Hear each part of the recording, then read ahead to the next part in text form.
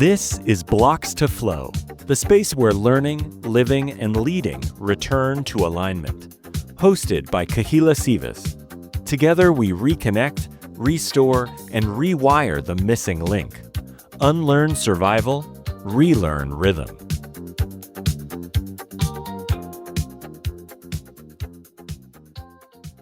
Welcome, MC, Coach MC. Welcome. I'm so excited to meet you today. Thank you so much. I'm glad to be here. Awesome. So before we start our chat, always what I ask my guests to do is share with us something that you do to calm yourself.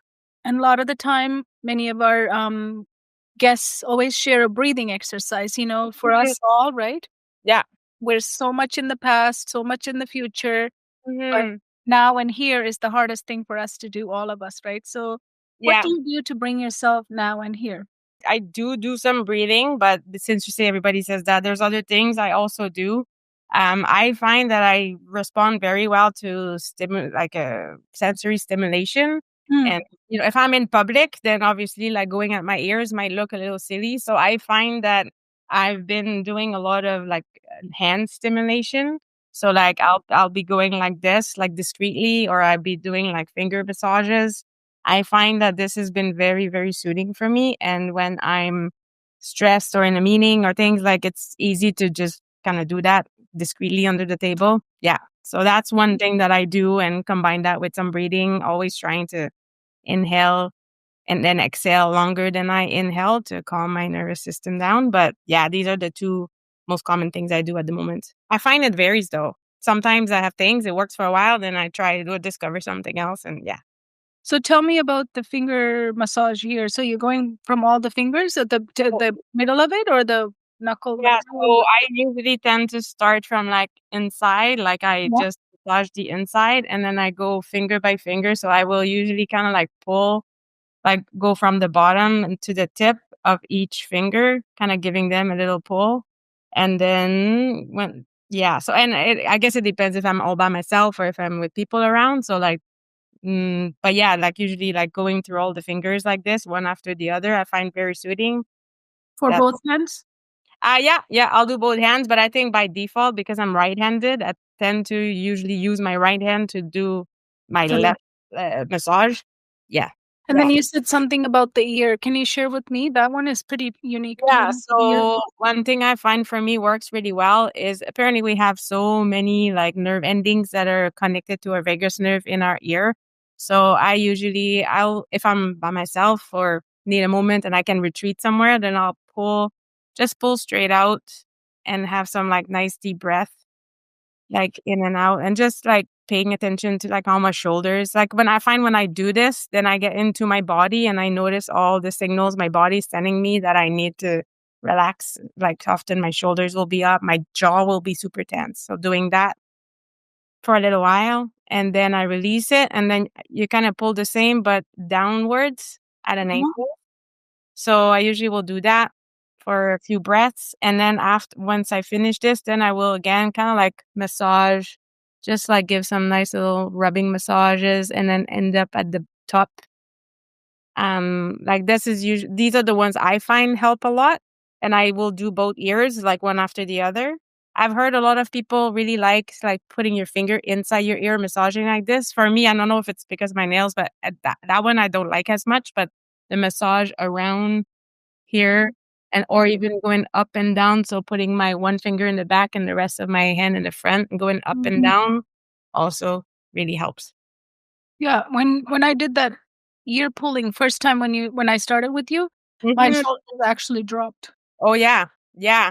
And I feel like because we're doing this on purpose, we're like actually paying attention to that, then it brings us to really realize what is happening in our bodies, like at everywhere else too. So oftentimes I do notice my shoulders like by default, I think a lot of us do this, right? But like or this or my jaw super tense. So yeah, any of those kind of like sensory stimulation I find really helps.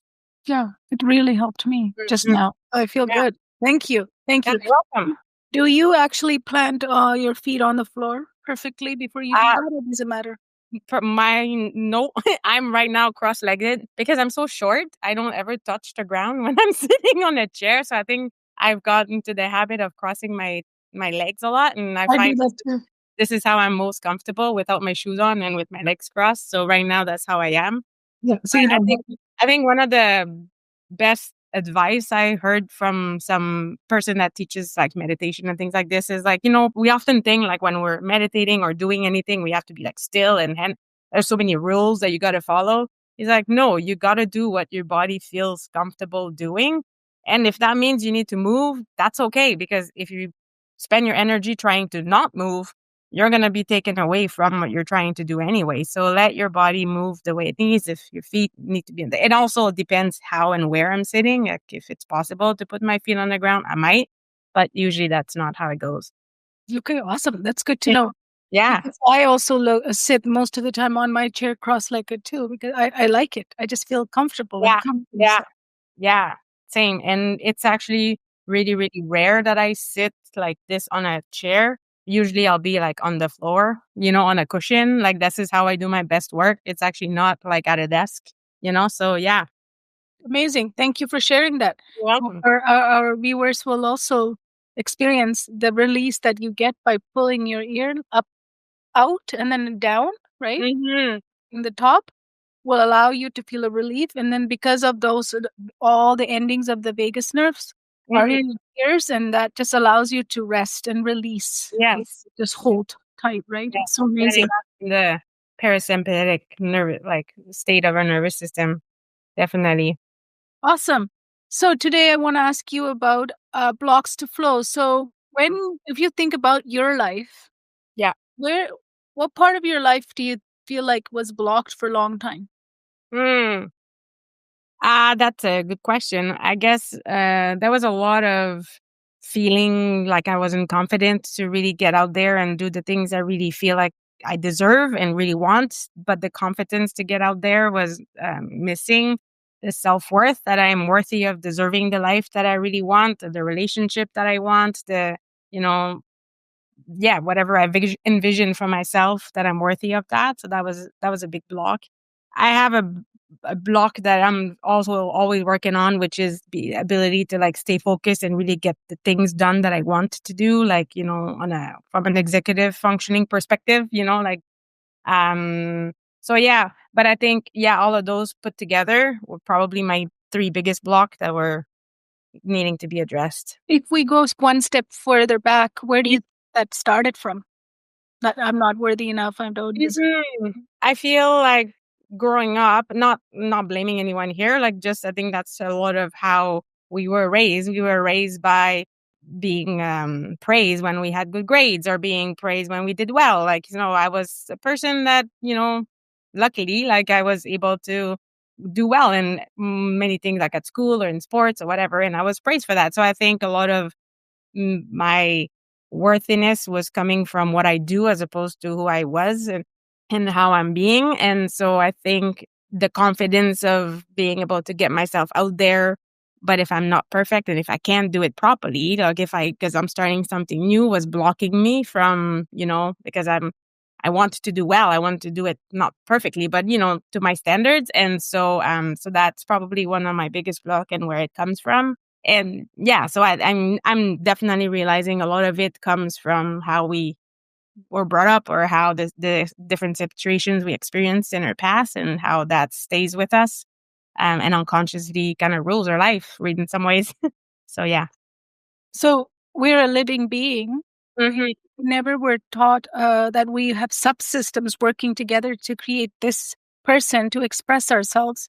We were never taught that we have all these subsystems working together. So we don't have a real understanding of how we work, No, function, how we get ready, how we really can go through the executive function. We people talk about all of that, but there was never an education or understanding of that, right? exactly. And once you have an awareness, because it really starts just with an awareness, like an understanding and an awareness of all of those things and how they all interact with each other. And as soon as one's kind of out of whack, that affects all the other ones. And it's very easy for us to be hard on ourselves when then we're achieving the things we want. We're not doing the things we want, but we haven't realized it's because of those systems that we didn't know about.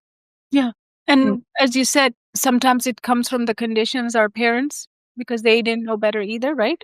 Well, We're no. all products of the same place, right? And then our system, our education system is built in a way where it expects us to be always ready to learn Yes. and to Yes. produce. But Yes. we all know that there's many days we were never close to being. No, exactly. Many days, and still, it's a work in progress every day. Like even though we're aware of all the things, there's still days where it's not going to be as easy as other days, and that's okay, and that's life. But yeah, a lot of students come to school and they're definitely not ready to be in that state where they can achieve and Learn. do what they want. Yeah, to Finish learn. what They're they not in the want. state to learn. Yeah. They're not in the state to learn. Yeah, teachers asking them things that it's really hard for them to do.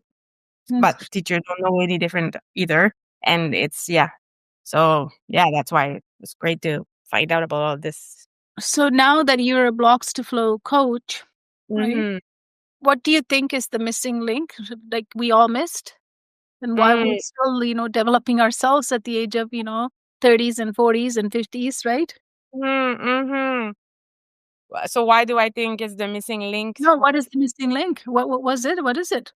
What is the missing link? Well, it's I think a lot of times the missing link would be that people don't necessarily understand that when a kid is having a behavior or not doing what you ask him to do, or not, that they either one do it on purpose. Like I've actually heard that even a few days ago, that they mean to, like, they're just lazy, or like they're so basically, because of this lack of understanding of everything else that's running our life, our systems that are running our life, then I think that we're missing that understanding that, we need to be curious and understand that behavior comes from one of those systems or many of those systems that are blocked. And so, I think that's the missing link there. So we don't give the space for our students to get ready, right? No, and I feel like a lot of teachers actually don't even know that either. Like I think there's been a lot of progress and a lot of emphasis on, social emotional learning and being more, aware of there's a lot of things out there like zones of regulations, and, there's a lot of programs. And so I think there has been, compared to even when you and I probably were in school and growing up, that was not even a thing. So now there is that focus for sure, but I think that's just part of it. Like a lot of it is still not there. That's putting already, like if you already have something that's serious, like a cancer, you can't put a Band-Aid on. No, that doesn't work. You know what I mean? Yes, Like of course. the school system is also already shaking, and the learners are already shaking, and at the point of breaking point, you don't just say, let me just fix this fixture with the little wood here, right? It needs to be redesigned from the bottom ground up. The foundation needs to be rebuilt. Yes. Right? So just talking about it and implementing social emotional, that's just dressing up something that's not even working. No, exactly. And it's just not enough. Like it's just barely touching the surface. Yeah. But our focus is still curriculum. It's commanded by curriculum, right? So Ex- curriculum needs to be pushed through. It needs to be done. Achievement has to be recorded, and data has to be collected. And we must have all of this done within the set amount of time. So on top of it, social emotional at that point becomes a secondary thing to all of that. Primary, I think, is this. It is good. The school should be primary focusing on that because that's what the institution is about. But unfortunately, we need to have a prerequisite to that, right? Yeah, no, exactly. So like a child will not, or student, whatever age, even teenagers, adult, will never be able to learn if they're not ready to learn. So if they're not, if all the environment, the condition are not there, then it's like trying to, what's the expression? Trying to put a square pin in a round hole, or the other way around. So it's gonna be the same. It's just not gonna. I always go to the farmer trying to plant seeds and Yes. expect a huge harvest. But if he plants it on concrete, he should expect nothing. Yeah, no, definitely. And Right? There would be no harvest. and maybe you have at the beginning, you have good soil, maybe, but then if you don't maintain it every day and look at it every day and keep putting the nutrients and the supplements once a month and the water every day and the sun, like it needs to be constant work. It needs to be something that is constantly happening, not just the first step to anything for farmers is to prepare the land. Exactly. right? Exactly. So it's not the seed's fault, which are our students and who we are have become. It Mm, is the idea that there's a prerequisites to any growth, mhm. including human growth has prerequisite. So they Exactly. must be ready to learn, in the state to learn. Unfortunately, we missed that. Definitely. We're facing the outcome of that, right? So thank you for sharing about yourself, because that is a common block. I'm not good enough. I'm not enough. I'm not worthy enough. I don't deserve this. These are common things. All of our listeners today could relate to that in one point or another. We've always said that because our identity is always attached to what? Yeah. Perform. Yeah. Yeah. And some people have it stronger than others. I think I'm one of those that has it quite strong or had it quite strong. I'm working on it, but yes, definitely. So was there a turning point in your life that you started becoming more and more aware of this pattern? Yeah, well, I think I've always been aware, but I always push through and kind of shove it under the carpet, you know? And then I feel like last year, well, it's about a year and a half at this point, I started to have intense physical symptoms. Like I had a major back pain that was triggered by something, but then it never went away and just kept getting worse. And I think at this point in my life, with the many years of many things happening in my personal life and at work and all the stressors, that a lot of it I put on myself as well, right? Because as a perfectionist and perhaps focus on more outcome and stuff, like I would taking on a lot and expecting myself to be able to handle it all, like as much as volunteering and teaching and doing all the things and having the house, like all the things. And there comes a time where if I think your body will say, if you're not going to pay attention to what I've been trying to tell you subtly for the last little years, then I'm going to show you very intensely. And that's what happened to me. My back pain was so bad. There were days where I could barely walk. Like that's never happened to me before. I had always been super active. Like I exercise most days. Like I ate pretty well. For the most part, I had a pretty good lifestyle. Yet now this was happening, and I'm like, this is sending me a message. I need to look into this, and something's got to change. So I think that was the turning point for me, for sure. Yes. So now you're a coach. You lead others into alignment and activation so they can accelerate. So you provide the readiness OS into bring it into your life so that Hmm. we don't just chase performance, we make performance an outcome of our readiness, right? So Hmm. how has that changed for you as a teacher, like going from a teacher to that type of coach? I feel like the biggest difference for me, I find, is the possibility and the ability that I have to really go with the flow and not have a curriculum driven kind of like plan in place where I'm able to really just see what the student brings to me and where they're at. And I can meet them where they're at with connection, with presence, with compassion, and curiosity. And we just go from there. And that's what allows us to reduce that pressure of go, go, go and doing more work to get to I don't know where. Whereas now we can really solidify the basis. We can solidify the awareness. And so that the person is able to now learn tools and strategies to align all their systems so that they can accelerate and achieve. So like it takes time and that's okay. I think that's the best gift I have as a coach, to be able to take that time to really build that solid foundation, Beautiful. which we don't have in the classroom. Yeah, beautiful. What? So without the foundation, right? Without Mhm, implementing our own unique readiness, because we mhm. are all different. Every child is different. Every adult's different, right? Yeah, So what you're able to do is really customize that to that person so that their journey is their own soul journey, not someone else, right? And exactly. that's not, we're not able to do that in the classroom, not because we don't want to, but it's the time commitment and the curriculum commitment, right? Yes, and one-on-one makes it a big difference, right? Because otherwise you don't have, like you say, everyone is so different. So you're able to really do what that one person needs as opposed to what will fit most of the kids, you know? Yeah. Yeah, Yeah. standardized approach, Mhm. thinking that everyone will be able to follow along. Yeah, These are things that is what creating a lot of chaos in the classroom, right? Behaviors in the classroom because it's not adapted to that child's need or the person's need to yeah, learn.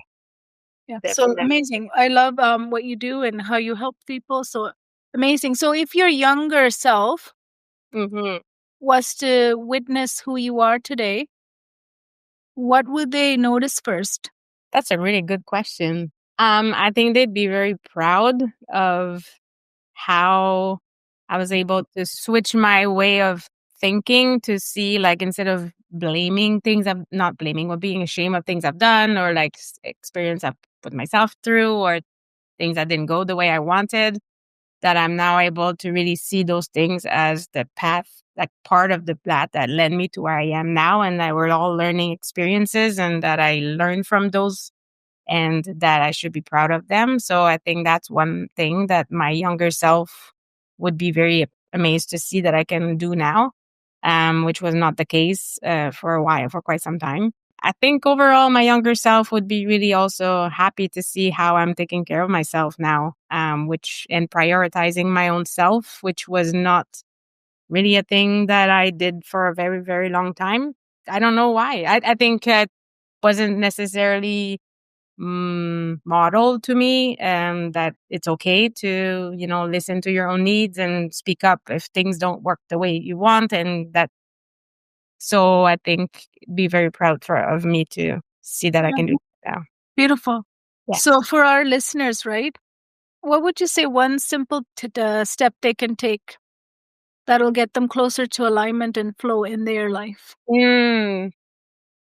I feel like what has really helped me and transform me is to be able to my mornings. I think I've really is the way, well, my sleep and of course, there's different phases in life where sleep is not a possibility if you have young children. I can know that. And I think that really, you got to do with what you have at the moment, right? So do the best. But I feel like a powerful morning where you can dedicate some time to yourself and however that works for you and works for you, but where you have time to reflect, to set intentions, to really take time to visualize your best life. And then if that's what I want to be later, like what does that mean I need to be and do today? So like all of that reflection, that me time before I need to then give myself out to the world, like my kids and, my household and my students and all the things, I think has really been transformative for me. And I feel like this would be my best advice. Even if you can only manage 5-10 minutes, then that's better than zero, right? So time without a phone, without anything, just, yourself. And because we're so distracted all the day long, we have even all the moments that we used to be thinking or reflecting about ourselves and our life and whatever, like waiting in line. Well, now we pull our phones, right? Like, so there's so many of those times for introspection that we don't really have anymore during the day. Walk in nature, like, things like this, we don't really do as much anymore just by the way our lives are. That the more you can recreate those moments for yourself, I think that's my best advice. Yeah. And including, I mean, even it doesn't even have to be in the morning. If it's at nighttime, like once a day, just collect yourself and bring yourself now and here Mm-hmm. and really think about, what is happening in your life. Where are the needs? Because that's probably something you never did. Where are your needs, right? Because when you don't analyze and ask yourself, what are my needs? No. It is when we give, and then we face burnout. Yeah. When some sickness has to come and show us that, you know what? I can't hold you anymore. Oh, exactly. Right? Exactly. You want to pay attention to me or what here? If you don't, I'll remind you I'm around. Yeah.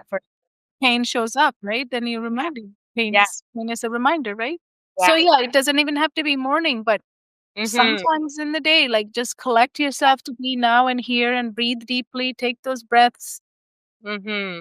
And think about it or write it down. Writing is really good practice, right? Yeah, I never used to journal, and I thought, who does that? And then I do it now. And I really find it helpful. It's like a brain dump, and I process a lot through writing. And so yeah, for me, actually, when you were asking me about my younger self to now, I would probably be very surprised that I actually wake up that early, because I used to be I used to sleep in a lot till like 11, even. And I can see my son now, he's not understanding why I want to wake up that early, because the thing, like, so yeah, but I find morning is when I actually work the best. So some people it's at night, but yeah. Yeah, find your rhythm, right? Mm-hmm. Mm-hmm. Then see how you feel. Like wake up one morning and do this and see how your day carries forward with you. And then maybe you love that feeling, and that's what rewards you to do it again. Exactly. Right? Yeah. And if it doesn't fit and you're sleepy all day long because you woke up 10 minutes, 20 minutes before your time, and if you're sleepy and you're miserable, that's not the time you want to wake up again. Oh, exactly. Don't do Exactly. it. So trying to find when you can find that time for yourself within the way your life is at the moment. And yeah, that what works for you for sure. Awesome. So to reach Coach MC, I'll have all her information below this video. So you anyone listening, you can reach out to her. She does offer coaching to anyone, any age, because all of our program as a Blocks to Flow trained coaches, they're able to provide any age help because we all learn the same way. Yeah. We are all souls who wants to express ourselves. Unfortunately, we most of the time suppress our subsystems and then eventually feel like we can do it. We're not able to do it. I'm Yeah. not worthy enough. Yeah. Not good enough. We have those big dreams, but there's something that gets us in the way of actually making it happen. Yeah. Yeah. So how do we unblock those thoughts, right? Those thoughts and actions so that you can find flow. You Mhm. can activate in your system and then you can find flow. And you find flow. Anyone can do anything, right? Right. That's right. Yes, for sure. For So sure. what has been your most transformative thing through this process? I think that my most transformative thing through this process has probably been this love for myself that I did not necessarily really have much before. Actually like wanting to take care of myself and loving myself and writing in my journal, I love you. Like, what? I've never done that before. And so at the beginning of every day and telling myself that I can do this. Like, so I think that has been because when you love yourself, then you make yourself a priority. When you make yourself a priority, then you take care of the things that are not working properly because you don't want that to happen. And so instead of just, yeah, so I think that's been my biggest transformation. And from that, then I think everything follows or many Because things. you were so hard on yourself, right? Before. Exactly. And then realizing another big thing I find that, and that's, I mean, even though I cannot do blocks to, like, sorry, I cannot coach all the kids at school that I still teach at. Like, if there is one thing that I always want to make sure in each group that comes to me or each lesson that I get is, I remind them to like, what's this little voice in your head telling you? Like, your thoughts, you need to talk to your brain. Like, your thoughts are not you. Your thoughts are there to like try to take you away from what you want, because they don't want to repeat something that happened in the past that make you feel not great. So that's also been a big switch for me to really become aware of my thoughts and aware of the fact that I don't have to do everything my thoughts are telling me to do, that I can talk back to them or it or Yeah, you have a power. You have yeah, a power, right? That give you yeah, power, right? Because before sometimes we feel powerless. exactly. You Now we think own it. that We it's have the power. stuck in there and that's going to be forever. No, that's not it. Yeah. Mm. Amazing. Amazing. So finish this sentence for me, Coach MC. Flow is Ooh, flow is an everyday mission, t- something that you want to strive for and look again at, like every day you got to work. You got to do your thing every day. It's basically is what I mean. It's not you do it once and then you'll never have to do it again. And then the more you do it every day, the easier it comes all the time. So, yeah. no. And does it almost become addictive to find it again? Because Yeah, it feels so good, right? yes, definitely. It becomes addictive. You want it again and again and again.